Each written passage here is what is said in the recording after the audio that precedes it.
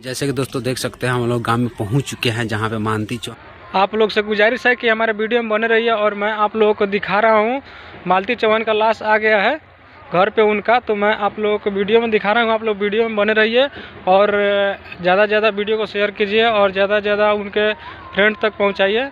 मैं आपसे यही रिक्वेस्ट कर रहा हूँ। चौहान विष्णु राज का जो ससुरारी है वो वाला घर है। देख सकते हैं यहाँ पे मानती चौहान को लियाया गया है। पोस्टमार्टम जहाँ से हुआ वहाँ से लेकर आया गया है। देख सकते हैं, अब वीडियो के साथ बोल अभी सब दिखाते हैं हम। देख सकते हैं यहाँ पे बहुत सारे मीडिया वाले पहुँचे हुए हैं। चौहान का लड़का है वो हमारे पास रहेगा, क्योंकि मालती चौहान के साथ अगर अनहोनी हो सकती है तो जो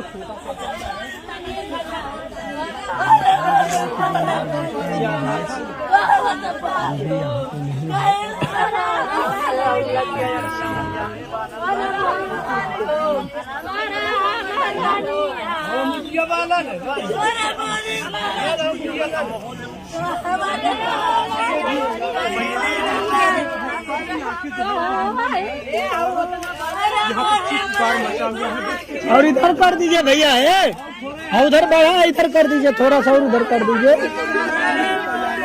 बढ़ा दिए उधर।